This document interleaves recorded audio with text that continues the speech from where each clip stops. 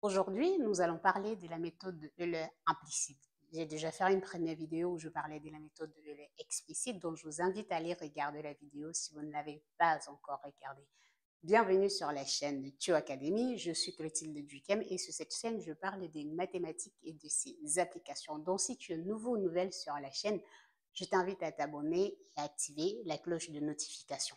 Alors, pour distinguer la méthode de Euler implicite, en fait, c'est déjà quoi? On veut résoudre une équation différentielle de la forme où on a y' égale à f de ty, et de notre côté, on a y de t0 qui est égal à y0. Donc, c'est comme si on veut résoudre une équation différentielle, mais généralement, on n'a pas la possibilité de résoudre cette équation analytiquement, c'est-à-dire par les méthodes de résolution directe, que ce soit avec la séparation des variables, le fait de trouver une solution particulière et homogène, et aussi le fait d'utiliser par exemple la méthode de la variation de la constante.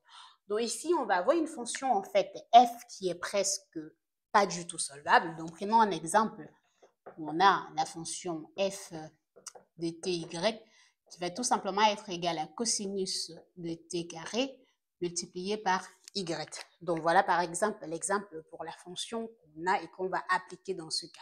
En quoi consiste la méthode de Euler implicite? Alors déjà, les méthodes de Euler, ce sont des méthodes d'approximation numérique. Approximation numérique, en fait, c'est comme si on était dans un repère. On est dans un repère comme ça. On est à un instant qu'on va appeler l'instant Tn.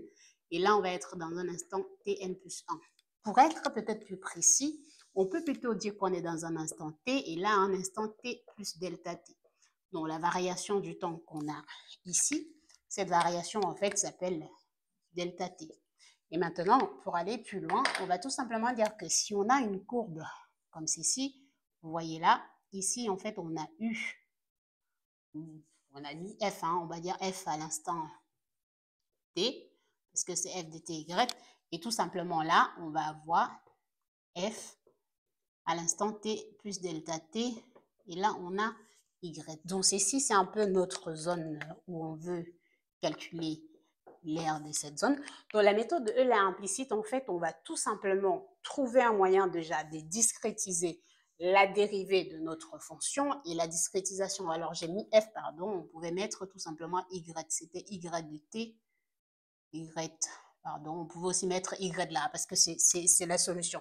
Donc, tout simplement pour continuer, la discrétisation, en fait, ici, on va dire que pour y à l'instant t, par exemple, ou y à l'instant delta t, mettons comme ça, parce que pour cette variation, on a t plus delta t. Donc, on considère par exemple que tn égale à n fois delta t. Donc, on va dire que t, c'est... Et alors, on va dire que yn, c'est égal à y de t de n, ou plutôt y de n delta t. Donc, on va avoir cette forme de notation, mais ce sont des notations qui sont vraiment très, très variables dépendant du cours que vous avez. Et ce qu'il faut vraiment garder en tête, c'est que la méthode, directement, ce qu'on a, y à l'instant n plus 1, on va dire que c'est y à l'instant n plus t, moins y à l'instant n, divisé par la variation du temps, être tout simplement, parce que vous savez, ou si vous vous rappelez de la vitesse, parce que la dérivée, en fait, c'est la vitesse, donc si vous vous rappelez, la vitesse, en fait, égale à distance sur temps, et dans cette vitesse, c'est comme si on avait la variation de la distance divisée par la variation du temps. Donc, la variation entre l'instant n plus 1 moins l'instant n divisé par la variation du temps va tout simplement être égal à f à l'instant tn plus 1 et à l'instant n plus 1. Donc ça, c'est la méthode de Euler implicite. Lorsqu'on est dans le cas de la méthode de Euler explicite, à la place de ceci, on fait tout simplement, donc là, on a plutôt f de tn et yn. Donc c'est cette méthode où j'ai déjà fait la première vidéo, vous pouvez aller regarder. Donc ceci, en fait, ça veut dire que y de n plus 1 va tout simplement être égal à y de n plus delta t f de tn plus 1 yn. Comme je disais déjà la dernière fois, la méthode de Euler implicite, on a vraiment besoin d'avoir des connaissances claires sur l'expression de la fonction. Et donc, si on ne connaît pas l'expression de la fonction, on n'a pas la possibilité d'appliquer cette méthode-là. Et dans le cas de ce qu'on a ici, voilà l'exemple de la fonction qu'on a choisie dès le départ. Et donc, vous voyez que si j'applique ce que j'ai là, c'est comme si je vais tout simplement avoir, je traverse de ce côté, j'ai y de n plus 1 moins delta de t fois f de tn plus 1 virgule y de n plus 1 égale à y de n. Donc voilà déjà ce que j'ai. Et d'un autre côté, en continuant tout simplement mon calcul, j'ai mon expression de f de tn, je peux remplacer, ça va me faire y de n plus 1 moins delta de t. Et alors là, à ce moment-là, je vais tout simplement remplacer mon expression que j'ai là en haut, donc cosinus de tn plus 1 élevé au carré fois y de n plus 1. Ceci égale à y de n.